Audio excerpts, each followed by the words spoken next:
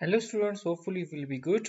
Some of the students have asked me that in most of the books or the part A and part B has been described or explained solved in detail. However, but the part C haven't been solved in solution manuals in detail. So please solve this section C for us. So I'm not focusing on part A and part B in this video of this question, and I have focused for part C of this question. So first of all, for part A, what we will have to do, we will have to demonstrate that the mean shelf life exceed 120 days. So exceed means less, it will be greater than or equal to 120, and we have to set up the hypothesis for this question. So first of all, what I will do, I will set a hypothesis for this question. I will do hypothesis hy POTH hypothesis. Okay.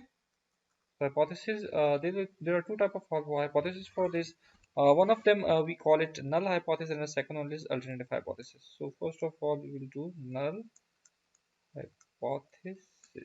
Okay, so for the null hypothesis, what we'll do, we'll say that mu, that the mean shelf life is equal to 120. And for the alternative hypothesis, what we will do, ALTERNA,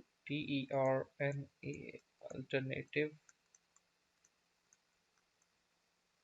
hypothesis, I will say that mu is greater than or equal to 120. So that's the part A of our question. Now I come towards the part B of this question. Part B of question, test this hypothesis using at alpha or significance level is equal to 0.01. So what I will do, I will write it's the test statistic value T naught is equal to y bar minus mu divided by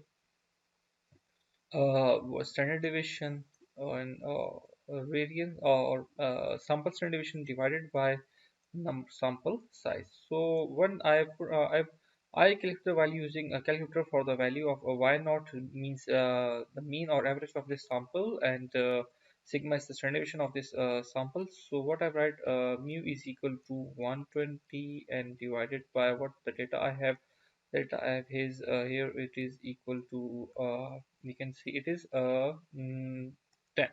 I have the sample I have the sample size of 10.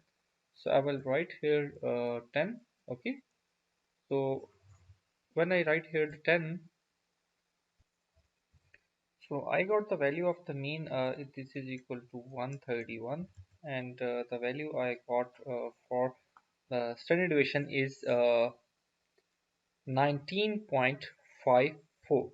So I will write here 19.54, then I will calculate the t naught value by using the calculator. So I got the value of the t naught, that is equal to t naught, the t naught is equal to 1.78. Okay, I hope you will calculate this value using a Minitab, or you can choose it by the calculator. So I've calculated by using the Minitab, by using descriptive statistics and the t-test. Okay, so then I will come towards for the part C, that was the most important for you people, as you people have requested me to solve this part for us. So first of all, I will have to draw normal distribution curve for you people, because on the distribution curve I can explain you in a better way. Sorry for that, my drawing is not so good. Oh, wait a minute. Oh yeah, that's good. Okay, so I will draw a line. Okay, oh, what the hell. Okay, so as here I will extend little bit this. Okay, so then if I mark this, so this will be equal to 1.78, and I have to calculate the probability above this region. Okay, so what I will do, as this is a one-sided hypothesis, it's a one-sided hypothesis, okay, only on the upper tail. So what I will do, I will go to t distribution table. This is the table, and I will so for n is equal to 10, that I have degree of freedom for n is equal to 10, I have degree of freedom that will be equal to 9. So for 9 degrees of freedom, I will go to the t distribution table. Look at this, this is the t distribution table, and I will go to the now for 9 degrees of freedom. I will check all of these values. Okay, so where my T naught value, T naught value, this T naught value is 1.78. Okay, so for the 1.78 value, it lies between these two values. Okay, 1.78. If the T naught value is it's above 1.383, but it's less than 1.833. So how I will write now? So I will write that my p value for this my p value, it will be less than 0.10, and it will be greater than 0.05. Look at here that corresponding to this, my value is greater than 1.33, but less than 1.383. So it lies between 0.05 and 0.10. I hope you will get the idea that how to calculate the p value.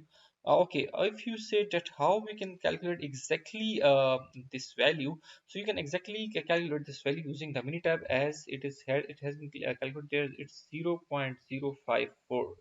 I hope. Okay, then if you say no, we want to calculate this value using Excel. So now I'll write the command for.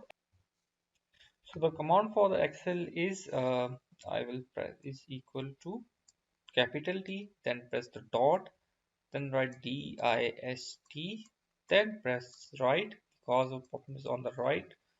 Then we'll have to get the x over x is T naught 1.78, comma degree of freedom. I have 9 degree of freedom data associated with the sample size of 10.